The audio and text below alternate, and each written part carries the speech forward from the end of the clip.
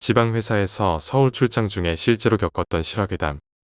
당시 저는 건축회사에 다니고 있었습니다. 회사에서 운행하던 차가 오피러스였죠. 이 차를 2003년도쯤에 받았던 것으로 기억하네요. 회사 차라기보다 거의 제 개인용 차로 운행했으니까 상당히 많은 날을 저와 함께 한 차입니다. 회사가 지방에 있고 일 때문에 서울 출장이 거의 2주에 한두 번 꼴이었습니다. 시도 때도 없이 서울을 들락거릴 때였죠. 출장 갈 때도 그렇고 제 개인적인 용도로도 많이 사용했던 차량입니다. 한 번은 친구들과 휴가차 동해 안에 있는 간포에 갔다가 시겁한 적도 있었고, 주차장에서 주차시키려다가 이상한 존재가 뒷트렁크에 매달리는 바람에 사고 난 줄 알고 뛰어내린 적도 있었고, 여하튼 이 오피러스는 이상하게 그런 존재와 가까워지고 있었습니다. 물론 제가 운행하고 저랑 같이 생활한 덕분에 더 했을지도 모르겠습니다. 백미러 부분에 염주 하나 걸고 기어봉에도 굵은 염주 걸어놓고 가시방 안에 묵주 넣어두고 여러가지 방법으로 부적질을 해놓았습니다. 당시까지 접촉사고 한 번 안 난 차량입니다. 사고는 나지 않았죠. 단 한 번도 말이죠. 하지만 이상하게 이 오피러스를 운전할 때마다 기분이 찝찝했던 적이 한두 번이 아니었고, 점점 운전하기 싫은 날이 많아졌습니다. 왠지 제 기분이 그랬기 때문에 사실 남들에게 뭐라고 말하기는 그랬죠. 그래서 괜한 그 기분을 저만 가지고 있었습니다. 사실 중요한 일이 있을 때는 한 번씩 다른 사람에게 운행하도록 핸들을 맡기는 경우도 종종 있었고요. 당시 일이 정체되는 시점이었던지라 출장도 뜸하고 잠시 휴식할 시간이 많았죠. 저는 회사 출근했다가 간단히 업무 보고를 받고 난 뒤로는 하루 종일 크게 할 일이 없었죠. 간간히 서울에서나 타지방에서 사람이 내려오면 접대 일만 했었고, 브리핑만 간간히 해주면 크게 할 일이 없을 때였습니다. 그날은 서울에서 손님이 오셔서 간단히 회사에서 브리핑하고 저녁 먹으러 나갔습니다. 이분은 술을 좋아하지 않는 분이셔서 저녁만 먹고 호텔 잡아드리고는 바로 집으로 돌아올 수 있었죠. 그날 말이죠. 집으로 돌아오는 길이 왠지 참 기분이 묘했습니다. 이상하게도 기분이 축 가라앉았습니다. 음악 CD를 넣고 볼륨을 높였습니다. 집 근처로 오피러스는 잘 굴러가고 있었죠. 막 우리 동네로 들어서는 때였습니다. 평평한 일직선 도로를 따라가다 동네 진입로에 있는 좁은 4차선 도로가 나오는데, 이곳이 움푹 꺼져 있는 지형입니다. 원래가 개천이었고 옛날엔 이곳이 동네 안악들이 모여서 빨래하는 빨래터였죠. 도시가 발전하면서 개울이 메워졌고 그 장소가 지금은 좁은 4차선 건널목이 된 것입니다. 솔직히 이 지형이 참 안 좋은 곳입니다. 원래가 수로였던 탓에 지하엔 수맥이 흐르고 움푹 꺼져 있는 탓에 항상 음기가 고여있는 터였죠. 이곳이 바로 4차선 건널목이 있는 곳입니다. 이곳을 통과해서 쭉 나가면 저희 집에 진입할 수 있는 골목길이 나오죠. 음악은 쿵쾅거리며 흘러나오고 있었고 전 무심히 4차선 진입로로 들어섰습니다. 마침 신호가 초록불이 들어와서 단번에 건널목을 건너기 위해 엑셀에 발을 올리는 순간이었죠. 진짜 딱 그 순간에 말이죠. 살짝 엑셀을 밟은 그 포인트에 뭔가 조그만 것이 제 차 앞으로 확 뛰어드는 것이 시야에 잡혔죠. 멈추고 모고 속도를 줄이고 자시고 없었어요. 오피러스는 이미 쭉 밀려 나가버렸거든요. 뭔가 바퀴에 걸린 것이 느낌으로 확연히 전달되어 왔습니다. 뭔가를 밟은 것이었습니다. 순간 고개를 들어 백미러를 쳐다보았죠. 당시 10시 정도였던 것으로 기억하는데, 백미러 속에 한 고양이가 거의 수직으로 공중으로 뛰어오르더니 도로 위로 냅다 패대기 쳐지더군요. 그리고 다리를 바들바들 떨더군요. 순간이지만 그 장면을 고스란히 볼 수 있었죠. 제 차 뒤에는 바로 택시가 따라왔는데 황급히 그 고양이를 피해가더군요. 전 멈출 수 없어 그대로 직진했습니다. 당시 갓길에 차량이 많이 주차되어 있어서 공간이 없더군요. 정말 아찔했습니다. 순간 멍하더군요. 내가 고양이를 죽였구나 하는 생각이 바로 들더군요. 불쌍해라. 그 소리를 계속 내뱉으면서 동네 한 바퀴를 돌아 다시 4차선 건널목으로 돌아 나왔습니다. 일단 제가 치였으니 시체라도 수습해야 도리일 것 같았거든요. 그리고 아까 펄쩍 뛰어오른 생각이 나서 혹시 죽지 않았을 수도 있겠구나 하는 생각도 동시에 들었기 때문이죠. 안쪽 갓길에 비상 깜박이 켜놓고 세워두고 내려보니 도로 한가운데 그 고양이가 차갑게 꼼짝하지 않고 누워있더군요. 누워있는 폼을 보니 이미 생명이 빠져버린 듯한 모습이었습니다. 차량이 그 고양이를 발견하고 다들 피해가더군요. 전 신호가 떨어지기를 기다리고 있다가 신호가 떨어지자 재빨리 현장으로 달려갔죠. 얼룩 고양이였는데 매우 더러웠죠. 보니 길냥이인 것 같았습니다. 여기저기 떼국물이 가득한 것이 길냥이였죠. 그리고 다 큰 고양이도 아니고 이제 중간 정도 자란 아직 새끼티를 다 벗지 못한 중고양이였어요. 갈색과 흰색이 드문드문 섞여 있었고 전체적인 색깔은 검은색이 많은 녀석이었습니다. 차에서 내릴 때 미리 티슈를 가지고 나왔던 터라 티슈를 뽑아 들고 고양이를 살짝 감싸고 들었는데 제가 머리를 밟았더군요. 머리 반쪽이 완전 으깨져서 한쪽 눈알이 뽑혀져 있었습니다. 제게 머릿속 내용물이 줄줄 흘러내렸고 한쪽 눈이 뽑혀서 덜렁거리더군요. 소름이 제대로 올라왔습니다. 그렇지만 불쌍하다는 생각이 먼저 들어서 그대로 길가로 들고 나왔습니다. 주위를 둘러보니 도시 한가운데에 뭐가 있겠습니까?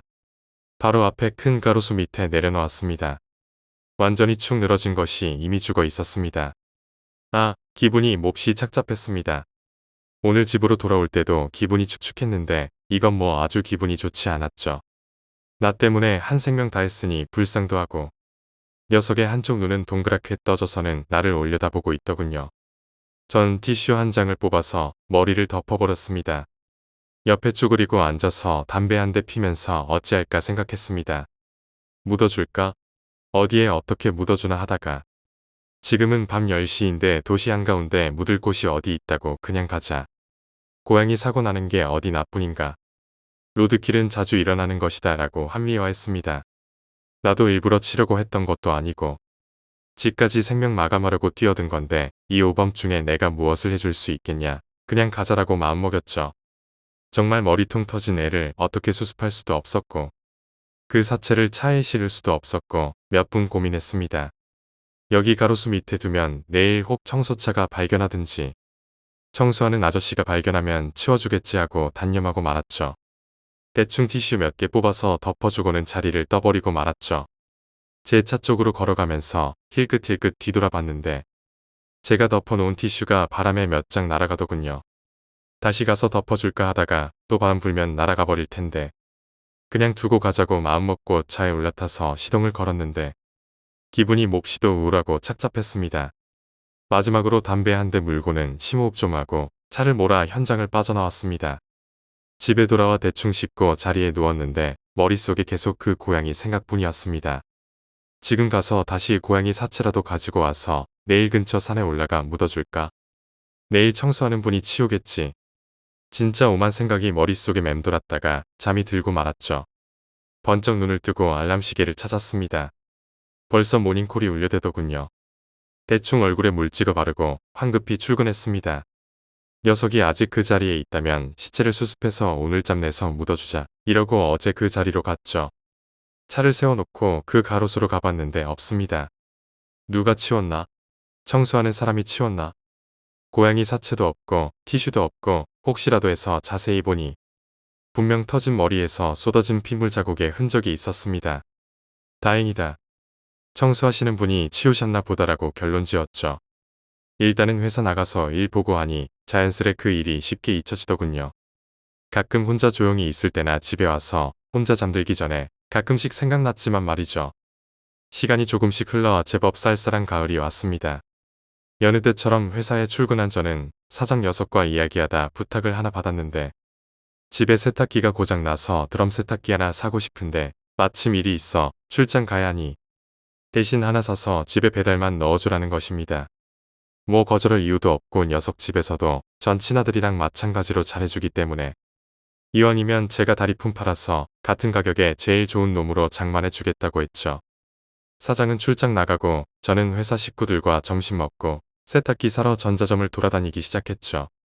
하이마트도 가보고 LG 대리점도 가보고 혼자 여러 군데 돌아다니며 내 물건 구입하는 것처럼 카탈로그도 챙기고 꼼꼼히 분석해서 드디어 한 개의 상품을 낙점했습니다. 그리고 가격을 분석해서 제일 싸게 파는 곳이 하이마트라는 것을 알게 되었죠. 하이마트에 가서 공용 주차장에 차를 파킹시켜 놓고 제품을 구매하고 배달 설치까지 부탁해 놓았습니다. 당시 토요일이었던 것으로 기억하는데 하이마트는 상당히 붐볐습니다. 전 사람 많은 곳을 이상하게 싫어하는 성격입니다. 특히나 사람이 많이 모이는 곳을 아주 미치도록 싫어하죠. 대표적인 것이 극장입니다. 전 극장 안 갑니다.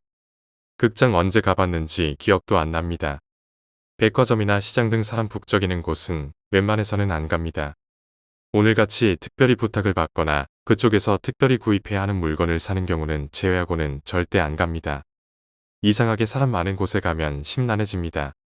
그날도 북적이는 사람들이 의식적으로 싫어서 빨리 그곳을 벗어나고 싶다는 생각에 오피러스 시동 걸고 후진으로 차를 재빨리 쭉 뽑아냈습니다.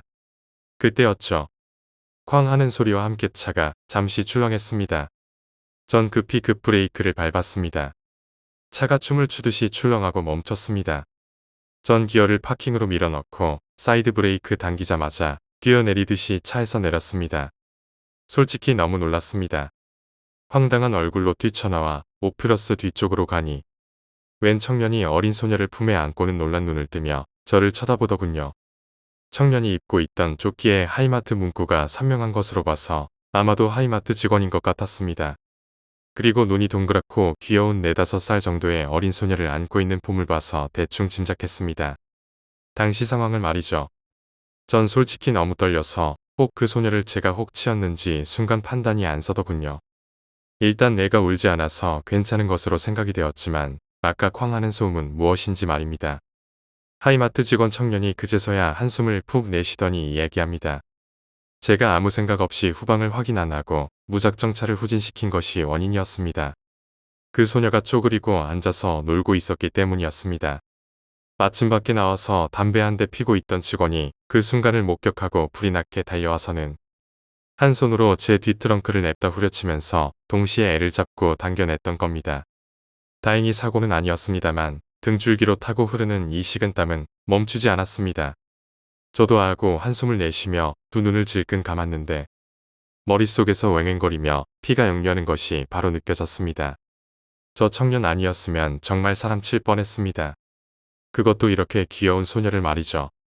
몇 번인가 고맙다고 인사를 했는지 모릅니다. 명함 한 장 달라고 해도 끝까지 거절하고 그나마 이름만 알아냈습니다. 당시 너무 놀라서 경황이 없어서 고맙다고 인사만 하고 그 자리를 빠져나왔습니다. 몇 미터 움직이지 않아서 다리가 떨려서 더 이상 운전을 할 수 없더군요.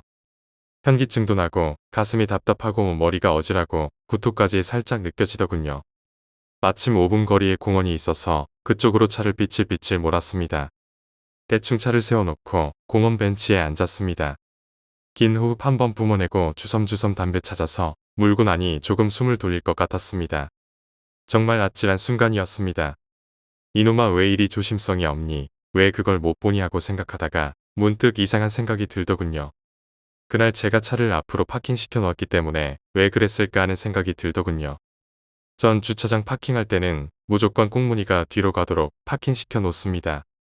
아무리 공간이 협소해도 꼭 꽁무니가 뒤쪽으로 가도록 파킹시켜 놓는 버릇이 있죠. 나중에 나갈 때 편하기 위해서 말입니다. 하이마트 주차장은 넓어서 좀만 움직이면 쉽게 뒤쪽 파킹을 할 수 있는데 왜 그냥 대가리를 앞으로 넣고 파킹했는지 말입니다. 그리고 물건을 구입하고 나서 주차장을 가로질러 가는데 분명 아무도 없었거든요. 그래서 시동 걸자마자 후진 넣고 차를 쭉 뺐던 거고요. 당시 그 하이마트 직원 청년이 담배 피면서 제 차가 움직이는 걸 계속 주시하고 있었더랍니다. 자신은 소녀가 앉아있는 게 보였는데도 차가 멈추지 않고 쭉 빠지니까 하고 있었더랍니다. 그래서 피우던 담배를 던지고 불이 나게 달려 나와서는 제 차를 큰 소리 나게 한번 치고 뒤쪽에 앉아있던 소녀를 재빨리 끄집어냈던 거였습니다. 만약 그 청년이 없었더라면 지금쯤 생각하기도 싫습니다. 그때 일은 귀신과 정면 조우하는 것보다 더 괴로웠거든요. 줄담배를 피워도 쉽게 흥분된 마음이 가라앉지 않더군요. 막 또 다른 담배를 물면서 바로 앞에 세워진 오피러스를 무심히 응시했습니다. 너를 더 이상 몰다가는 정말 큰 사고 한번 내겠다. 그때처럼 그 오피러스가 무섭게 느껴진 적이 없었습니다. 시커먼 무쇠덩어리가 마치 악마처럼 느껴졌습니다. 내가 무엇에 홀려서 그 소녀를 못 봤을까? 주차장 한가운데 앉아있던 애를 내가 무엇에 홀려서 못 봤을까?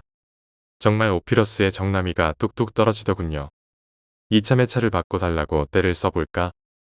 하지만 아직 할부금도 다 안 낸 차량인데 개소리라고 생각할 것 뻔하고 내가 경각심을 가지고 운전하자. 딴 생각하지 말고 운전하자. 방어 운전하자 하고 미친 듯이 나를 윽박질렀죠. 너 인생 쪽 내고 싶어서 환장한 놈이냐?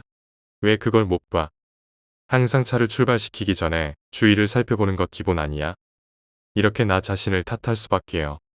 멀쩡한 차를 탓할 수도 없는 노릇 아닙니까? 하지만 이상하게 이 오피러스만 타면 사람이 멍하게 되니까 좀 이상하기는 했습니다. 거의 10분 이상 찬바람 맞으니 좀 기분이 가라앉는 것 같아서 나중에 음료수라도 사들고 그 청년 찾아가서 정식으로 고맙다고 말해야겠다라고 생각하고 차에 올랐습니다. 정말 기분이 뭔가 이상했습니다. 방금 겪은 사고 직전의 후유증인지 핸들 잡기가 무지 싫은 겁니다. 그래도 회사는 들어가 봐야겠고 언제까지 여기 이러고 있을 수도 없고 해서 회사 주차장까지만 어떻게라도 가보자 해서 조심스럽게 운행해 갔습니다. 그날은 정말 운전하기 싫더군요. 그냥 회사 주차장에 차 파킹해 놓고 그냥 퇴근했습니다. 멀쩡한 상태에서 집에 들어가면 잠도 오지 않을 것 같고 해서 괜한 부하 직원 두세 명 때려잡아서 소주나 좀 마시고 들어가려고 했습니다. 소주 한잔하러 가자니까 마침 두어 명이 따라붙습니다. 늘 가는 삼겹살집에 가서 고기 굽고 소주 연거푸 몇 병 부어 넣었습니다. 팀장님 오늘 무슨 일 있으세요? 분위기가 좀 그랬는지 A군이 물어옵니다. 그래서 술김에 오늘 이야기를 쫙 해주었죠. 사고 날 뻔한 이야기를 말이죠. 모두 다행이라고 이구동성으로 말해주었지만 기분은 풀리지 않았습니다. 한참을 마셨던 걸로 기억하는데 난데없이 전화 한 통이 걸려왔습니다. 사장이었습니다. 정말 중요한 서류 한 장 빠뜨려 놓았다고 급히 지금 팩스 한 장 부탁한답니다. 다행히 회사 근처에서 얼마 멀지 않는 음식점이었고 막 술자리를 파하려고 했던 차라. 알았다고 하고 술값 계산하고 혼자 회사로 다시 올라갔습니다.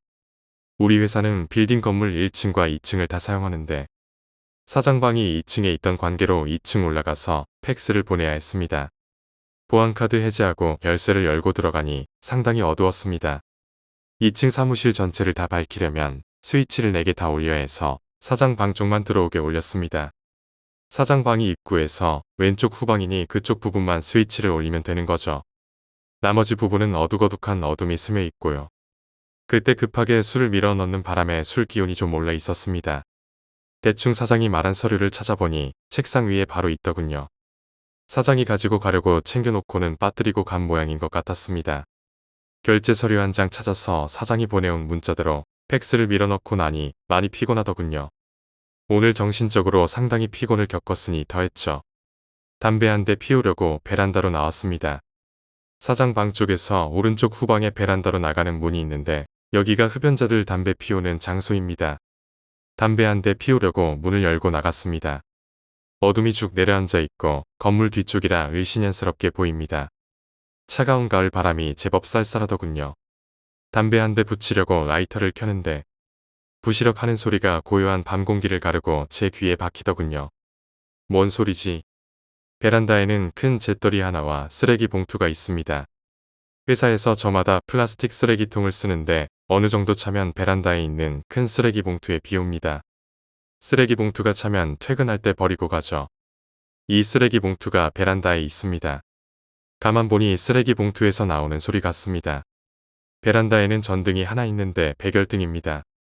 대충 뒷걸음질해서 손을 사무실 쪽으로 넣어서 더듬더듬 스위치를 올렸습니다. 백열등이라 그리 밝지는 않습니다만 사물 정도는 확연히 구분할 수 있죠. 불이 켜지자 갑자기 소리가 더 커집니다. 전 순간적으로 뭔가 있다라는 직감이 밀려왔죠. 넓은 사무실에 저 혼자이다 보니 조금 무서웠지만 소리의 근원지가 쓰레기 봉투이다 보니 확인해야 될 것 같았습니다. 그 와중에서도 담배를 일단 대고 물었습니다. 뭘 던져볼까? 그냥 둘까? 수초간 고민을 했는데 뭔가 갑자기 제 눈앞으로 불쑥 고개를 내밀더군요. 놀라서 순간 헛바람이 빠졌습니다. 고양이더군요. 그것도 아주 큰, 보통 고양이보다는 확연히 큰 덩치의 고양이였습니다. 보니 온몸이 시커먼색으로 검은색 띠가 쭉 둘러쳐진 커다란 고양이였죠. 제가 손짓 발짓하며 후려쳤죠. 베란다 높이는 제 골반 정도 높이였지만 고양이는 쉽게 뛰어오를 만한 높이죠. 고양이가 이쪽 베란다에 나타난 것은 한 번도 없던 일이라 적이 당황했어요. 그리고 바로 떠오르는 그때 그 사건이 오버랩되어 뇌리를 스치는 것은 당연했고요. 녀석이 잠시 저를 응시하더군요. 그리고 슥 몇 걸음 걸어 나오더니 이상하게 움직이더군요. 마치 뭐랄까 몸을 움찔움찔 이상하게 움직였던 걸로 기억합니다. 갑자기 등이 위로 쭉 올라가면서 꼬리를 위로 쫙 치켜 세우더군요. 보는 저는 어떻겠습니까? 순간 소름이 쫙 등줄기를 타고 올라오더군요. 헌데 등을 상당히 굽힌 상태에서 머리를 제 쪽으로 노려보면서 지금도 잊어버릴래야 잊어버릴 수 없는 희한하고 요상한 소리를 내지르더군요. 마치 폐부에서 가래 끌어올리는 듯한 소리. 기분이 입맛이 만땅되는 소리였죠. 이건 어떻게 표현할 수 없는 괴상한 소리였습니다. 그리고 녀석이 입을 벌리고 있었는데 뭔가를 꿀떡꿀떡 삼키더군요. 그 모습에 머리털이 완전 다 일어났습니다. 입에 물고 있던 담배를 던지고 엉겁결에 베란다 문을 걸어 잠갔습니다. 그리고 똥줄나게 사무실 입구 쪽으로 내달렸죠. 재빨리 보안카드 작동시키고 문 걸어 잠그고 2층 계단을 뛰어내려왔는데 굴러내려왔는지 뛰어내려왔는지도 모를 정도였죠. 재빨리 택시 잡아 타고 난 뒤에야 정신을 수습할 수 있었습니다. 머리에 피가 몰려서 찡한 게 속이 뒤틀리고 뭔가 묵직한 것이 치고 올라오더군요. 겨우겨우 참아가며 집으로 왔습니다. 집에 들어서자마자 화장실로 내달려서 아까 먹은 삼겹살 몇 인분 먹었나 확인 사살했습니다. 변기가 가득 찰 정도로 주워 먹었더군요. 전 정말 웬만해서는 구토하지 않습니다. 아무리 취해도 말이죠. 그런데 그날은 저절로 막 올라오는데 감당이 안 되더군요. 얼굴에 핏발이 설 정도로 다 토해내고 마지막 동물 올라올 때까지 헛구역질이 계속되었습니다. 머리가 거의 터질 것 같이 윙윙거렸지요. 갑작스러운 행동에 어머니가 상당히 놀라셨습니다. 한 번도 이런 일이 없던 제가 갑자기 변기를 붙잡고 쇼를 하고 있으니 말입니다. 이놈아, 작작 마셔라 하시면서도 뜨끈한 꿀물 한 잔 타오십니다. 대충 마시니 속이 더 울렁거려서 이날 마셔도 3병 정도인 것 같았는데 제 주량 반도 안 마셨는데 왜 이런지 모르겠습니다. 몸이 오늘은 영 아니었던 것 같습니다. 첫 잔에 웬걸 코에서 김이 빠졌습니다. 윙윙거리는 머리를 부여잡고 침대 위에 털썩 쓰러졌는데 빨리 쓰러져 잠을 자고 싶었는데 속이 메스꺼워서 쉽게 잠이 안 옵니다. 그때 귓구멍을 세리고 들어오는 요란한 소음, 애기 울음소리가 사방에서 메아리 칩니다. 왜 고양이 발전기 때 수컷들이 내는 소리 말입니다. 이상하게 오늘따라 이 소리가 귀에 아예 갖다 박힙니다. 우리 동네에 길고양이 많습니다. 솔직히 시장 바로 근접 동네이기 때문에 특히나 심합니다. 아휴, 야밤에 울리는 애기 울음소리 완전 짱이죠. 이것들 새벽 되면 더 심합니다. 가만히 들어보니 제가 회사에서 듣던 소리와 비교해봐도 전혀 다른 소리였습니다. 회사 베란다에 나타난 그 고양이 소리는 절대 이런 소리가 아니었죠. 그때였습니다. 한참 그 소리에 짜증이 확 밀려왔는데 갈수록 제 방 쪽으로 소리가 가까워지면서 우당탕 하는 소리까지 들립니다. 이것들이 싸우면서 제 방 창문 쪽으로 이동해 오고 있는가 봅니다. 한동안 시끄럽게 떠들더니 갑자기 조용해지더군요. 제 방은 2층 모서리 쪽이고 방 창문은 옆집 담벼락과 마주하고 있습니다. 사람이 다니는 통로는 없죠. 담벼락뿐입니다. 그리고 1층에 사는 사람들이 제 창문 바로 아래에 플라스틱 슬레이트 지붕을 해놨기 때문에 이쪽에 뭔가 지나가면 소리가 요란하게 바스락거리면 압니다. 특히나 소나기 오는 날은 소리가 예술적으로 울려 퍼지죠. 바바박 하고 말이죠. 그날 고양이 몇 마리가 이 플라스틱 슬레이트 지붕에서 혈투를 벌였습니다. 완전 죽여졌죠. 바스락이 아니라 부스락이 맞을 정도로 굉음이 울려 퍼졌죠. 전 손으로 유리창을 마구 두드리며 고함을 쳤죠. 한동안 조용하더니 또다시 싸우는 소리가 들렸습니다. 환장하겠더군요.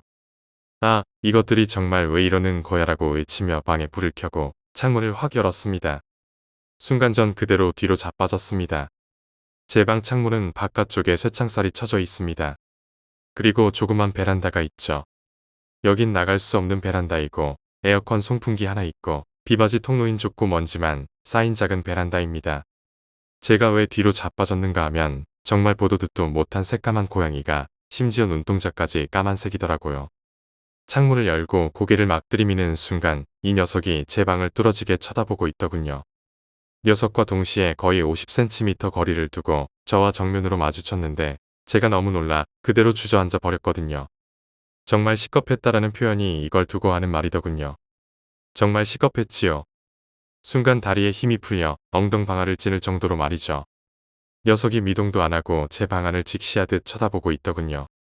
제가 몇 초간 녀석을 마주 쳐다봤는데 겨우 얼굴 눈동자 흰 여백 빼고는 다 새카만 놈이더군요. 더군다나 마치 인형처럼 마니 고양이 마네킹처럼 꼼짝도 하지 않고 저를 뚫어지게 쳐다보고 있는 겁니다. 순간 완전 소름이 쫙 타고 올라왔지만 잠시 응시하고 있으니 조금 가라앉더군요. 소리를 지르며 고개를 두리번거리니 마침 휴자손이 보이더군요.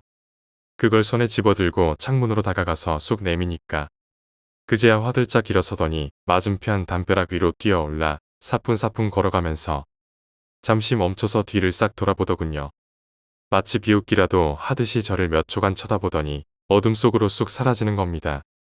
창문 닫고 창문 잠금쇠 돌려서 완전히 잠가버렸죠. 바로 불을 끄지 못하겠더군요.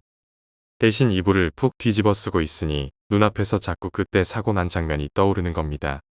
그때부터 이상하게 제 방 주변에 고양이들이 밤마다 나타나기 시작했습니다.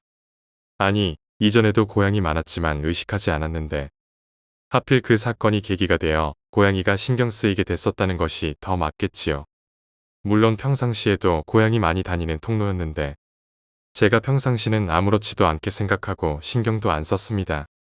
지금은 그 사고 때문에 심리적으로 고양이에 대해 신경이 가니까 자꾸 제 방 주변을 떠도는 고양이에게 관심이 집중돼서 그런가 보다라고 생각했습니다. 어머니 말로는 말도 마라 여기 길고양이들 많다고 하시는 것으로 봐서 평상시에도 고양이 많았던 것은 맞습니다. 제가 관심이 없어서 느낌이 없었던 거였죠. 허나 지금은 사정이 달랐습니다. 밤마다 신경이 쓰이는 게 정말 사람 피 말리더군요. 노이로제에 스트레스까지 받게 되더군요. 회사 사무실 베란다에 나타난 녀석은 어찌 시간 맞춰서 나타나서 놀래키는지 제 방을 들여다보고 있던 검은 놈은 또 웬 놈인지 말입니다. 뭔가 일이 이상하게 돌아가는 것이 확실히 느껴지더군요. 제가 사고 낸 거 고양이 괴롭혀서 그런 것도 아니고 지 스스로 제 차에 뛰어든 것뿐인데 제가 괴롭히고 학대해서 죽였다면 벌 받는다고 치부하겠지만 이건 아니거든요. 단순 노드킬이었는데 애완견이나 애완고양이 키우다가 지겹거나 귀찮아서 내다 버리는 사람이 얼마나 많은데요. 동물 학대해서 재미로 죽이는 사람도 있고요. 괴롭히려면 그런 사람 찾아가서 겁주지. 왜 죄도 없는 나한테 와서 이러는 거야 하니 억울한 생각이 확 들었죠. 여튼 그때부터 고양이 마주치면 경기 들릴 것 같았다니까요. 우리 집 주차장에도 가끔씩 길고양이 돌아다니는데 아침 출근할 때마다 보면서도 깜짝깜짝 놀랄 정도였죠. 이건 완전 노이로제 같았습니다. 특히 저녁이 되면 신경이 쓰여서 아무것도 할 수 없을 정도였죠. 당시 남동생 녀석 대신 게임 캐릭터를 키워주고 있었는데 시간 때울 겸 주의 신경 안 쓸 겸 해서 정말 심하게 매달렸죠. 결국 와우 하면서 게임에 집중하는 것으로 겨우 진정할 수 있었던 거죠. 거의 새벽녘이 돼서야 지쳐서 하니 기절해서 잠이 들곤 했죠. 이 생활을 한 달간 하니 다크서클에 몸이 완전 걸레가 됐습니다. 회사 식구들이랑 간만에 사우나 갔을 때도 어지러워서 쓰러질 뻔도 했고 사장이 요즘 너 피골이 상접한 것 같다 뭐라도 든든히 먹어라라고 할 정도였죠. 사람이 바짝바짝 말라간다는 말이 이런 건가 봅니다. 몸무게가 거짓말 안 하고 한 8kg 정도 빠졌습니다. 제가 74kg까지 나갔었는데 당시 66kg까지 한 달 동안 급작스럽게 빠졌거든요. 왠지 식욕도 없고 그 좋아하는 삼겹살도 안 먹히고 좀 먹은 날은 여지없이 소화불량에 걸려 심지어 토해내기까지 했거든요. 완전 사람 미치게 만들더군요. 별반 아무 일도 아니다. 왜 그렇게 신경 쓰나 하고 생각들 하시죠. 이게 안 그렇거든요. 한번 당해보시면 압니다. 신경을 안 쓰고 싶어도 계속 머릿속에서 맴도는 게 그리고 여러 가지 사건이 동시다발적으로 일어나다 보니 계속 마음이 쓰이는 겁니다. 사무실 베란다 사건도 그렇고 그날 제 방을 주시하고 있던 그 검은 고양이도 그렇고 이놈이 그때부터 몇 번 더 저와 마주쳤습니다. 이젠 창문 열기가 두렵더군요. 창문은 늘 닫아놓았고 어머니한테 부탁해서 두터운 커튼까지 쳐놓았습니다. 또 자꾸 그때 교통사고랑 매치가 되고 이 고양이들이 단체로 저를 괴롭히려고 그러나 하고 말입니다. 길 가다가 심심풀이로 고양이 한 번 걷어찬 적도 없고 단지 교통사고 한 번 낸 게 이토록 잘못된 일이더냐 하고 말이죠. 제 인생에서 때 아닌 고양이 난이 벌어진 터였습니다. 그러던 어느 날 또 황당한 사건이 벌어집니다. 일 마치고 퇴근하려고 준비하던 중이었습니다. 전 그날도 기분이 좀 그래서 차는 그냥 회사 주차장에 세워두고 택시 타고 집에 돌아갈 생각을 하고 있던 차였습니다. 사장이 저한테 오더니 퇴근길에 좀 태워달라고 합니다. 사장 차 수리 넣었던 것이 생각났습니다. 사장 집이 저희 집 가는 길에 있던 터라 사장님은 별 생각 없이 태워달라고 했던 거고요. 뭐 요상한 핑계를 댈 수도 없는 상황이라 할 수 없이 차를 몰고 가기로 합니다. 막 차를 몰고 나오려고 시동을 걸었죠.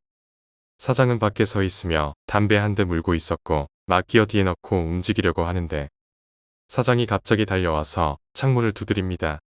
창문을 내리고 쳐다보는데 차 밑으로 고양이 뛰어들어갔는데 잠시 나와봐라. 사장과 한동안 씨름하며 차 밑을 둘러보는데 그냥 지나갔나 보다 그냥 가자 하고 몸을 일으키는데 차 밑에서 소리가 들리는 겁니다. 어떻게 이 새끼가 거기에 들어가 있어? 아무리 고함치고 후려치고 해도 이놈이 어느 쪽에 틀어박혀 있는지 꼼짝도 안 합니다. 간간히 야옹 소리 들리는 걸로 봐서는 분명 차 밑 어디에 숨어 있는 것 같은데 이대로 차를 움직일 수도 없고 마침 회사 주차장 바로 옆이 카센터였습니다. 이곳 사장과 친분이 있던 터라 급하게 구조 요청을 했죠. 카센터 사장이 긴 쇠꼬쟁이와 손전등을 가지고 와서 차량을 비추면서 쇠꼬쟁이로 여러 군데 마구 소리 내면서 두드렸죠. 아주 꼼짝을 하지 않는 겁니다. 분명 소리는 나는 것으로 봐서 어디 틀어박혀 있는 것은 분명한데 카센터 사장도 이상한 듯 고개를 갸웃하며 오피러스 밑바닥에 고양이 숨어 들어갈 만한 틈이 없는데 도대체 어디에 기어 들어가 있는지 종잡을 수 없다고 했습니다. 못하시면 차량 카센터까지 이동해서 들어서 한번 살펴볼까요? 제가 황급히 말렸습니다. 혹시 그러다 고양이 죽을 수도 있지 않느냐 하면서 말이죠. 사장도 난감한 듯 한동안 이러지도 저러지도 못합니다. 벌써 고양이랑 씨름한 지 30분이 훌쩍 지나가고 있었고 주차장 관리인 아저씨 부부까지 나오셔서 고양이 쫓아버리려고 별짓을 다 했는데도 꼼짝을 하지 않는 겁니다. 제가 그냥 택시 타고 들어가자고 던졌더니 웬걸 사장이 순순히 그러자 하는 겁니다. 그래서 그날은 둘이 택시 타고 집으로 돌아갔습니다. 가는 길에 참 별일도 다 있다며 얘기 나눴습니다. 세상 살다 보니 별일도 다 있다 하면서 말이죠. 이상하게 제 주변에서 갑자기 고양이와 관계된 일이 자꾸 터지니까 심리가 묘하게 작용하더군요. 정말 내가 사고 내고 고양이 사체를 아무 곳에나 버려두고 오는 바람에 고양이 군단이 화가 많이 났나 하고 말이죠. 딱 그런 생각이 머릿속에 자리 잡자 정말 미치겠더군요. 로드킬 당했다고 사람 찾아다니며 억울하다고 하소연하는 동물이 어디 있을까? 하고 말이죠. 막 그런 잡생각에 잡혀 있는데 쿵 하고 요란한 소리와 함께 몸이 앞으로 튕겨지듯이 쏠리더군요. 어라, 누가 뒤에서 박았네. 사장이 고개를 돌리면서 말했죠. 전 갑작스런 출렁거림에 황당해하면서 뒤를 돌아보니 오토바이가 우리 택시 뒤를 박은 거였습니다. 물론 심하게 박지는 않았습니다. 택시가 앞차가 속도를 줄이는 거 보고 속도를 줄였는데 뒤따라오던 오토바이가 미처 판단 못하고 그대로 들이받아 버렸던 거였습니다. 택시 뒤에 타고 있는 저랑 사장은 아휴 오늘 일진이 왜 이래 귀찮은 일만 자꾸 생기잖아 하고 있는데 웬걸 오토바이 운전사랑 택시 기사분의 음성이 조금씩 높아지더니 서로 멱살 잡고 싸우기 시작하는 겁니다. 택시 기사분은 중년의 어르신이고 오토바이 운전자는 젊고 팔팔한 녀석이었죠. 싸움이 되질 않았죠. 그때였습니다. 갑자기 지나가던 택시들이 우르르 서더니 기사들이 우르르 내리는 겁니다. 택시 기사 아저씨들이 오토바이 운전자를 둘러싸더니 우르르 다구리 치는 겁니다. 한두 명이 아니고 네다섯 명이 한꺼번에 달려드니 제 아무리 젊고 싱싱한 놈이라도 쪽수에서 완전 캐발리는 겁니다. 한동안 드자비질하더니 운전자분이 고개를 숙이며 손님 죄송합니다. 요금 안 받을 테니 양해 부탁합니다라고 말하더군요. 할 수 없다는 표정으로 택시를 내렸습니다. 어린 놈이 술을 마셨구만. 오냐 너 정말 잘 걸렸다. 이놈아 감이지 아버지뻘 되는 사람 멱살을 잡아. 알고 보니 오토바이 운전자 녀석이 술을 좀 과하게 마셨더라고요. 다구리 맞고도 씩씩거리며 폭행이니 뭐니 다 고발해버리겠다고 마구 발버둥 치는 겁니다. 그나저나 택시 기사분도 너무하신 게 아무리 상황이 그래도 교통사고인데 승객 안 다쳤는지 예의상 물어보는 것도 없고 그저 자기 화에 못 이겨서 요금 안 받을 테니 다른 택시 잡아 타고 가라는 한마디뿐이니 할 수 없이 근처 실랑이 때문에 정차해 있던 다른 택시에 옮겨 타고 집으로 갔습니다. 가는 동안 어찌나 기사분이 열변을 토하시던지 젊은 놈이 사고 냈으면 사과부터 해야지 꼴값을 떤다부터 혼자 과잉 오버를 하십니다. 사장이 먼저 내리고 저희 집 쪽으로 가는 동안 전 시끄러워서 창문 밖을 한참 주시하고 있었죠. 그리고 차는 예전 푹 꺼진 4차로를 지나갑니다. 전 무심코 그때 고양이를 버렸던 가로수를 바라봤습니다. 환장합니다. 고양이 한 마리가 가로수 밑에서 지나가는 차를 물끄러미 하니 저를 보는 듯한 모습이더군요. 아저씨 차 좀 세워주세요 하고 근처에 내렸습니다. 그리고 잽싸게 그 가로수로 뛰어갔죠.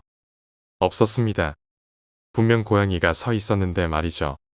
잠시 기억을 더듬어 보니 큰 덩치가 아니고 중간 정도급이라 더 모골이 싸늘해지더군요. 아니 분명 그때 그놈이 다시 살아날 수는 없었죠.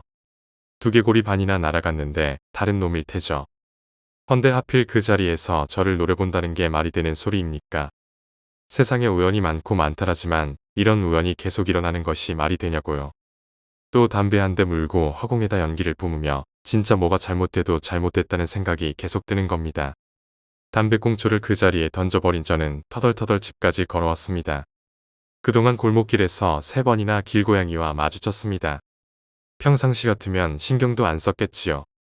하지만 웬걸 볼 때마다 가슴이 철렁철렁해지는데 아주 기분이 축축합니다. 그날이 토요일 저녁이라 다음 날은 휴일입니다. 혼자 TV 보면서 뒹굴뒹굴합니다. 어머니가 간만에 몸보신 하라고 백숙을 한 마리 해주셔서 남동생이랑 뼈까지 쪽쪽 발라 먹다 보니 뼈다귀가 수북히 쌓였습니다. 막 자정을 넘어가는 시점이었죠. 배도 부르고 슬슬 졸음이 쏟아지는 때라 TV도 방 안에 불도 켜놓은 상태로 깜빡 잠이 들었나 봅니다. 이상하게 뭐가 갈리는 듯한 소리에 잠시 몸을 뒤척이다가 정신이 들었는데 소리가 뭐냐면 학교 칠판을 손톱으로 쫙쫙 긁어대는 소리였습니다. 순간 짜증이 확 밀려오면서 소리의 진원지를 찾았는데 커튼이 쳐져 있는 창문 밖에서 누가 유리를 긁어대는 소리인 겁니다. 잠에서 금방 깨어났는데 순간적인 확 끓어오르는 기분이 참 뭐 같았습니다. 사람이 두려움을 느끼는 요소 중 시각적인 측면보다 오히려 청각이나 촉각이 더 공포심을 느끼죠. 정말 다행스럽게도 제가 불을 다 켜놓은 상태에서 잠들었기에 망정이지. 만약 칠흑 같은 어둠 속에서 이 소리를 들었다면 아마도 심장이 멎는 만한 소리였거든요. 유리 긁는 소리 정말 기가 막혔습니다. 주위가 밝았기 때문에 정신이 바로 들었죠. 재빨리 주위를 보다가 두루마리 휴지가 눈에 띄길래 들어서 던졌습니다. 탕하면서 유리에 휴지가 부딪히자 소리가 멈췄습니다. 순간 고양이 솜씨라는 걸 바로 알아차렸죠. 방도 훤하고 해서 조금 덜했지만 왠지 소름이 끼쳐서 심호흡 한번 하고 과감히 커튼을 젖히고 창문을 열었습니다. 어두운 벽들이 눈에 서서히 들어왔는데 역시 그 어둠보다 더 어두운 녀석이 담장 위에서 저를 보고 있더군요. 저놈이 또 이러네 하면서 뭘 던질까 하다가 이상하게 저놈 표정이 매우 편안해 보이는 겁니다. 살짝 제가 입으로 야옹하면서 불러보았는데 녀석이 화답이라도 하는 듯이 야옹하더군요. 한참 부르니 녀석이 제 쪽 베란다 쪽으로 점프해서 오는 겁니다. 겁나 놀랐지만 자세히 들여다보니 웬걸입니까? 몸에 윤기가 줄줄 흐르는 것이 길고양이로는 안 보였는데요. 누가 분명 관리를 해주고 있는 집고양이 같았습니다. 보통 길고양이는 사람 무서워해서 부르면 도망가고 하는데 이놈이 접근하는 겁니다. 무섭다는 생각보다는 호기심이 강하게 일어나서 좁은 창틈으로 손을 내밀고 계속 불렀지요. 녀석은 어느 정도 거리를 유지하다가 더 이상 접근은 안 하는 겁니다.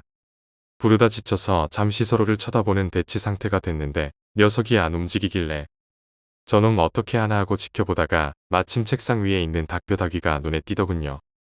초저녁에 동생이랑 맛있게 먹고 발라놓은 닭뼈다귀 중에서 그나마 살코기가 좀 붙어있는 부위로 몇 개 골라서 녀석을 유혹해보니 냄새가 참을 수 없었는지 엉덩이를 세우고 한 발짝 접근하면서 또 눈치를 보는 겁니다. 제가 최대한 괜찮다는 표정을 지으며 아주 부드럽게 야옹이라고 불렀더니 살짝 오는 듯한 행동을 취합니다. 허나 더 이상 오지 않기에 녀석의 위치를 가늠해서 닭뼈를 살짝 던졌습니다. 녀석이 가까이 가서 냄새를 몇 번 맡더니 혓바닥으로 살살 핥더군요. 털이 윤기가 있게 반질반질한 것이 확실히 길고양이는 아니었습니다. 대충 녀석을 꼬시고 뼈다귀 몇 개 더 던졌는데 대충 5-6개를 마구 던졌죠. 녀석이 닭뼈에 빠져있는 동안 웬걸입니까? 어느새 나타났는지 꼬질한 놈 한 마리가 슬쩍 고개를 내밀고 오는 겁니다. 이 녀석이 검둥이 곁으로 슬쩍 접근하더니 눈치 살살 살피더니 뼈 하나를 물고 냅다 튀더군요. 전 잠시 그 광경을 지켜보다가 좀 지겨워서 창문을 닫고 TV를 보기 시작했습니다. 이것들이 싸우는 소리가 요란스럽게 들려왔습니다. 제가 뼈다귀 몇 개 던져 놓았던 거였는데 길고양이들이 쟁탈전을 벌이는 겁니다. 나중에 안 사실이지만 요 너머 담벼락이 길고양이들 전용 드라이브 코스였던 거였죠. 저는 그렇게 오래 이 집에 살고 있으면서도 몰랐죠. 그만큼 관심이 없었던 탓도 있겠지만 나중 일이지만 그날 이후 이상한 버릇이 하나 생겼습니다. 저희 집 바로 아랫집 1층은 슈퍼였습니다. 제가 집에 올라올 때마다 담배 한 개씩 사는 곳인데 꼭 쥐포가 눈에 띄는 겁니다. 평소 거들떠보지 않는 것인데 이상하게 고양이에게 신경이 가고부터 사소하게 그런 것까지 눈에 들어오더군요. 이게 버릇이 돼서 제가 몇 번 쥐포 사서 던져놓고 하니 이것들이 밤만 되면 모여서 야옹질을 해대는 겁니다. 그 담벼락과 제 베란다 사이에는 바로 플라스틱 슬레이트 지붕이라 아무리 날렵한 고양이라도 이걸 밟고 놀면 소리가 장난 아니죠. 그리고 그 야옹질 소리도 장난 아니고요. 괜히 스피커 볼륨 높이고 해서 그 소리를 지우려고 했었는데 여튼 주말이 가고 월요일 출근하자마자 오피러스 살폈죠. 그 고양이 설마 아직도 있을까 하고요. 요란하게 차문 소리내어 쿵 여닫아보고 야옹하고 불러보고 해도 반응이 없길래 그냥 갔겠지 하고 말았죠. 2층 사무실로 올라가 보니 직원이 2명 출근해 있더군요. 전 제자리에 가서 앉으려고 하다가 깜짝 놀랐습니다. 제 책상 위 용지랑 서류랑 정리되어 있는데 온통 고양이 발자국 투성이었습니다. 마치 석탄을 밟고 왔는지 시커먼 발자국이 제 책상 위에 어지럽게 찍혀 있는 겁니다. 전 놀라서 직원 불러다가 보여주니까 다들 놀라는 눈치였습니다. 도대체 어디서 들어왔을까? 더군다나 동작 감지기가 설치된 사무실이라 사무실 안에서 움직이면 센스에 감지돼 경보기가 울립니다. 그런데도 불구하고 고양이가 어디서 들어와서 어디에 있을까? 다들 사무실 구석구석을 살펴보고 했습니다. 그 어디에도 고양이는 없더군요. 헌데 이상하게도 제 책상 위만 그렇게 어질러 놓았고 다른 책상 위에는 아무런 흔적도 없더군요. 왜 제 책상 위에서만 이렇게 돌아다녔는지 정말 기막힐 노릇이었죠. 대충 걸레질로 청소하고 고양이 발자국 찍힌 서류는 쓰레기통에 버렸습니다. 하루 종일 기분이 정말 찜찜했습니다. 내 인생에 왜 고양이들이 끼어들어서 사람 괴롭히나 하고 생각했죠. 누군가 어깨를 툭 치기에 돌아보니 사장입니다. 간단히 오전 회의 끝내고 베란다로 나가서 담배 한 대 피우고 있는데 벌써 소문이 돌아서 고양이 얘기로 시끌시끌합니다. 도대체 어디서 들어왔을까 하고 말이죠. 첫 번째로 출근했던 사람이 사무실 정면 작은 창문이 열려 있었던 것 같다라고 합니다. 이 창문은 밀어서 위쪽만 살짝 벌어지는 창문이고 공기순환형 창문이라 가끔 완전히 닫지 않고 퇴근하는 경우가 종종 있거든요. 이쪽으로 들어왔나 했지만 위치가 그리 좋은 위치가 아닙니다. 바로 간판 위쪽에 난 창문이고 위쪽에서 바깥쪽으로 밀려나가 열리는 창문이라 밑에서 점프해서 들어오기가 상당히 힘든 위치였죠. 여튼 이상한 사건이 자꾸 꼬리를 물고 일어나자 정말 노이로제에 걸린 듯한 기분이 들었습니다. 집에서 애완견을 키웠었는데 고양이는 키워본 적이 없습니다.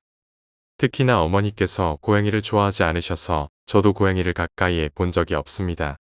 아주 어릴 때 과수원을 할 적에 과수원에 동네 길고양이들이 많아서 거의 같이 살 정도였던 기억만 있고요. 사장이 수리 맡겨놓은 차 찾으러 간다고 저보고 태워달라는군요. 수리센터까지 태워주고 전 나온 김에 볼일 하나 보고 들어간다고 다른 지역으로 이동하고 있었습니다. 그날따라 차가 좀 막혀서 다른 길로 돌아갈 생각이었습니다. 좀 돌아가는 길인데 그래도 이 길보다는 덜 막히는 길이라 그쪽으로 가려고 차선 변경을 시도하고 있었습니다. 제 뒷자리에서 웬 고양이 소리가 들려오는 겁니다. 어찌나 놀랐던지 심장이 쿵쾅쿵쾅거리고 닭살이 쭉쭉 올라오는 겁니다. 순간 차선을 변경 못하고 그냥 쭉 밀려 나가버렸습니다. 가차선으로부터 오른쪽으로 접어들어야 했는데 깜짝 놀라는 바람에 핸들을 못 걷고 그냥 직진하고 말았죠. 식은땀이 나고 이 새끼 어디에 숨어 있는지 엄청 신경 쓰이는 겁니다. 소리가 무척 가깝게 들리는 걸로 봐서는 차 아닌 것이 확실했습니다. 도대체 언제 어느 시점에서 올라탔는지 귀신이 곡할 노릇인 겁니다.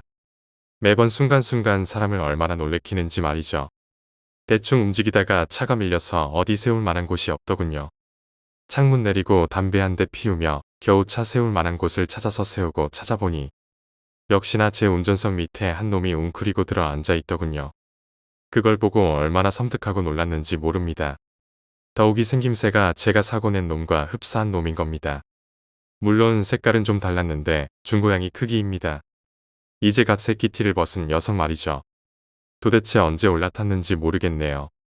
아마도 추측해보면 사무실 주차장인 것 같은데 여기 던져놓고 갈 수도 없어서 그냥 태우고 다녔습니다. 차 오르내릴 때마다 운전하면서도 얼마나 신경이 쓰였는지 모릅니다. 그냥 적당한 곳에 세워서 내려주려고 하니까. 또 이 녀석이 울 동네 사는 모양인데 낯선 곳에 내려주면 안 될 것 같다는 심리가 막 작용하는 겁니다. 어쩔 수 없이 사무실로 직행했습니다. 사무실 도착해서 끄집어내서 풀어줬습니다. 혼자 구석으로 사사삭 뛰어가더군요. 길고양이인 것 같습니다. 이것들이 질끔질끔 사람 완전 피말리기 작전인 것 같았습니다. 이거 사람이 피가 말라가더군요. 생활력도 갈수록 떨어지는 것 같고 일도 손에 안 잡히고 자꾸 사소한 것에도 짜증이 나고 매사에 의욕도 없고 말이죠. 그날 사장이 제가 너무 기력이 없자 몸보신 좀 하러 가자고 다그칩니다. 제가 있던 지역에서 전국적으로 소문난 육회 전문점이 있습니다. 평소 고기라면 물불을 안 가리던 저였기에 사준다는데 거절할 놈이 어디 있겠습니까? 당연히 오케이 하며 출발합니다. 특히나 이 집 육회 정말 끝내줍니다. 얼마나 육회를 잘 다져주는지 입에 넣는 순간 그냥 녹습니다. 거기다가 소주 한 잔 싹 빨라주면 그야말로 황홀경이 따로 없죠. 정말 입이 녹는 것이 아니라 한 점 입안에 넣고 우물우물 돌려주면 정말 거짓말 안 보태고 몸이 그냥 녹아내립니다. 그때 소주 한 잔 원샷으로 입안에 털어 넣어주면 마무리 정말 몸이 살살 풀어집니다. 너 무슨 일 있냐? 요즘 통 이상하네. 술 한 잔 들어가자 기분이 풀렸는지 고양이 사고 난 것부터 그 이후 벌어지는 황당한 사건들에 대해 다 풀어 던집니다. 사장은 묵묵히 듣고만 있었죠. 요즘 그 고양이들 때문에 아주 미치겠다. 봐라 공포란 말이다. 사람이 만드는 거고 자신이 만드는 거다. 무섭다고 생각하면 무서운 거고 걔네들이 너한테 해코지한 것도 아닌데 왜 그렇게 신경 쓰냐? 그냥 무시해도 될 법한 내용들이구만. 네가 괜히 과하게 신경 쓰니까 더 그런 것 같은데. 사장과 한동안 이야기 나눴는데 이야기 잘했다는 생각이 들더군요. 그래 맞는 이야기다. 괜히 나 혼자 이상한 상상하면서 끙끙 앓았던 것 같은데 말이죠. 속이 한결 풀리더군요. 술도 잘 받고 그날 편하게 취해서 기분 좋게 집으로 들어왔습니다. 여전히 창문 밖에서 들리는 고양이 소리도 그날만큼은 별반 신경이 안 쓰이는 겁니다. 원래 이곳에서 고양이 울고 그랬지만 평소에는 신경 안 쓰니까 몰랐던 거고 괜한 고양이 사고 이후 신경을 쓰게 되자 그 소리가 귀에 거슬릴 정도로 심하게 스트레스를 준 거라고 말이죠. 그렇게 마음을 다잡으니까 점점 활력도 생기고 며칠 동안 편하게 생활했죠. 마음도 가뿐하고 다시 평상시로 돌아가는가 했죠. 그리고 당시 중요한 미팅 건이 잡혔습니다. 제가 서울로 출장 가서 브리핑을 해야 했습니다. 출장 가기 사흘 전날 브리핑 자료 준비한다고 바쁘게 움직이고 있었죠. 프레젠테이션 자료를 손보느라 정신없었고 그때 조 대리가 와서 뭐라 말합니다. 서울 가는데 오피러스 점검 좀 받아보자. 엔진 오일이랑 교체한 지 너무 오래되었다. 바퀴 바람도 많이 빠진 것 같다. 보통 서울 출장 가면 혼자 운전하기에는 조금 무리가 있기 때문에 저하고 운전 겸용해서 한 명 더 따라 붙습니다. 저하고 같이 다니는 한 명이 정해져 있는데 바로 조 대리입니다. 제가 출장 갈 때 저와 한 조가 되는 부하 직원이었죠. 조 대리가 거의 운전을 하기 때문에 저보다 오피러스에 대해 더 잘 알고 있을지도 모르죠. 사실 전차에 대해 그리 많은 지식이 없습니다. 단지 시동 걸리고 기어 나오면 굴러간다는 정도죠. 엔진 오일, 몇 킬로마다 교체해야 하는지 이런 건 생각도 안 하고 사는 놈이죠. 전 고개를 끄덕이며 조 대리에게 차 열쇠를 줍니다. 점심 먹고 대충 서류 정리를 마치니 오후 4시가 다 되어 가더군요. 잠시 스트레스 풀 겸 1층에 내려갑니다. 보통 2층은 업무 위주의 사람들이 많아서 저마다 제 할 일 때문에 수다 떨기가 어렵죠. 하지만 1층은 기술자들이 많고 일이 없으면 다들 쉬는 분위기여서 수다 떨기엔 더없이 좋은 환경이죠. 1층 내려가서 기술팀장을 잡아놓고 이야기를 나눕니다. 기술팀장은 나이가 40대 후반이신데 저랑 마음이 잘 통합니다. 사람이 정말 호탕한 성격이시죠. 신나게 떠들다 보니 1층 주차장에 오피러스가 들어옵니다. 어라, 조 대리가 왜 오피러스를 회사 주차장에 가지고 들어오나 했죠. 보통 사장 차량 오피러스는 유료 주차장을 이용하고 있고 사무실 1층 주차장은 찾아오시는 손님이 많아서 늘 비워두고 있습니다. 조 대리가 1층 주차장으로 오피러스를 몰고 들어오는 겁니다. 기술팀장이랑 저랑 쫄래쫄래 걸어 나갑니다. 조 대리, 차 왜 여기로 가져왔어? 과장님, 저기 주차장에 페인트 다시 칠한다고 잠시만 자리 좀 피해달라네요. 그날 그렇게 해서 1층 사무실에 차를 주차시켜 놓고 퇴근했습니다. 그날 저녁 퇴근길에 쥐포 2마리 샀습니다. 저녁 먹고 웹서핑 좀 하면서 창문 열고 쥐포 찢어서 몇 개 던져 놓았습니다. 퇴근 후 쥐포 주는 게 버릇이 됐었습니다. 서울 출장 가서 하는 브리핑이 잘 돼야 할 텐데 몹시 중요한 일이라 살짝 스트레스를 받고 있을 때였습니다. 가슴도 답답해서 밤하늘 보며 담배 한 대 하려고 옥상으로 갔습니다. 옥상은 제가 운동하는 곳이라 역기랑 줄넘기도 있고 공간이 좀 되는 곳이죠. 밤하늘 보면서 담배 한 대 슬 피는데 이상하게 등 뒤가 찝찝한 게 밤 공기가 좀 싸하게 느껴지더군요. 슬쩍 뒤를 돌아봤는데 고양이 한 마리가 지붕 위에서 저를 빤히 내려다보고 있었습니다. 순간적으로 섬뜩했지만 잠시 손을 내밀어 야옹하며 불러보았죠. 녀석은 저를 빤히 쳐다보면서 묵묵부답. 움직이지도 않고 제가 살짝 지붕 위로 올라가니까 불이 나게 도망치는 겁니다.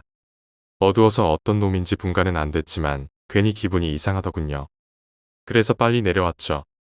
내 방에 들어와 TV 틀고 한동안 멍하니 오락 프로그램 보며 시간이나 때웠죠. 아, 정말 이상하게 왜 고양이가 이렇게 신경 쓰이는지 모르겠더군요. 그때 로드킬하고 난 이후 고양이가 자꾸 저한테 몰리는 것 같은 생각도 들고 하지만 잊을 수 없는 일이라고 생각했죠.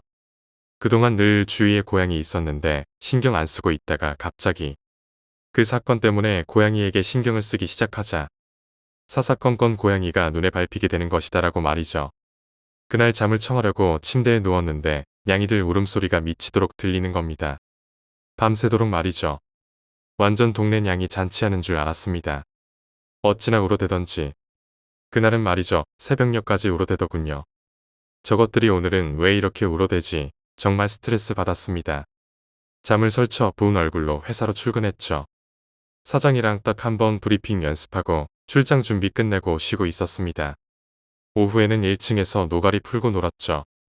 이제 퇴근할 때가 다 되어갈 때쯤이었습니다. 사장도 밖에 나갔다가 막 돌아왔고 1층에서 다들 수다 떨며 놀고 있는데 조 대리, 차 빼서 주차장에 넣고 오지. 페인트 칠 다 했더만. 조 대리가 차 빼러 갑니다. 저 슬쩍 일어나서 차 봐주러 갑니다. 사무실 주차장에서 차 뺄 때는 워낙 차가 많이 지나다니는 곳이라 도로 위에 차 지나가는 거 봐줘야 합니다. 전 오피러스 뒤쪽에서 수신호로 차 빠지는 거 봐줍니다. 그때였죠. 막 택시에 한 대가 달려오는 겁니다. 전 오피러스 멈추고 잠시 옆으로 피했죠. 헌데 오피러스가 멈추지 않고 찔찔 나오는 겁니다. 전 급하게 오피러스 쪽으로 달려들면서 조 대리 멈춰 하면서 오피러스 옆 문짝을 손으로 탕탕 때렸죠. 전 그대로 도로 위에 쓰러지면서 엄청난 고통이 밀려왔죠. 숨이 턱 막히더군요. 날카롭게 브레이크 잡는 소리가 귓전에 들려왔습니다. 택시가 도로 위에 쓰러진 저를 보고 급 브레이크를 잡았던 거였죠. 정말이지 제가 쓰러진 바로 앞에서 택시가 멈췄는데 불과 50cm 정도 되는 거리였습니다. 놀람보다 고통이 더했습니다. 바로 발목이었죠. 내려다보니 발목이 완전 돌아가 있었습니다. 그 고통, 그 엄청난 고통에 제 정신이 아니었죠. 제 입을 비집고 신음이 흘러나왔습니다. 바로 인도와 도로의 경계선의 인도 쪽 보도블럭이 사람 발목 정도 높다는 것은 아실 테죠. 제가 오피러스 멈추려고 달려들다가 하필 오른발목이 그 인도 블럭과 도로 경계점의 높이에 걸려 발목이 그대로 접질러지면서 또각 부러진 거였습니다. 발목이 완전히 똑 부러져 버렸죠. 택시 기사분도 엄청 놀랐고 제 비명에 다들 뛰어나오고 제 발목 보고 전부 경악성을 지르더군요.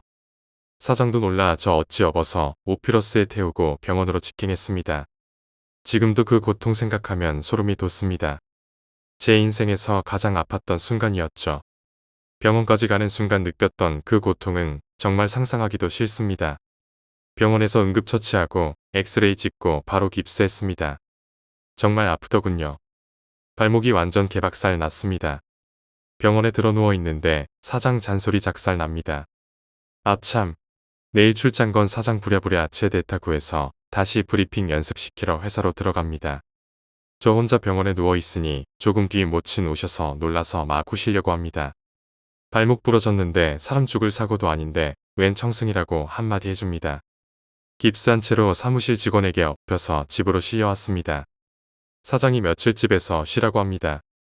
얼굴이 영 아니었습니다. 중요한 일 앞두고 이 무슨 꼴인지. 조 대리 얼굴 보니 사장한테 얼마나 심하게 갈굼당했는지. 얼굴이 벌겋습니다. 덕분에 출장은 취소됐습니다. 한숨 푹 자고 일어났어도 이게 뭔 일인가 싶었습니다. 침대 위에 누워있자니 벌써 좀이 쑤시고 내 생전 몸에 깁스한 것이 처음입니다. 대충 발 걸치고 웹서핑하다가 전화기 붙잡고 브리핑 어떻게 됐냐고 수시로 문자 날리고 혼자 내 방에서 뒹굴거리려니 이상합니다.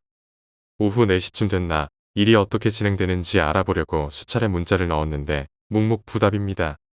아직 회의 중인가 싶어 일이 중요한 만큼 전화하기도 뭐해서 계속 문자 넣고 있었거든요. 전화 한 통 옵니다.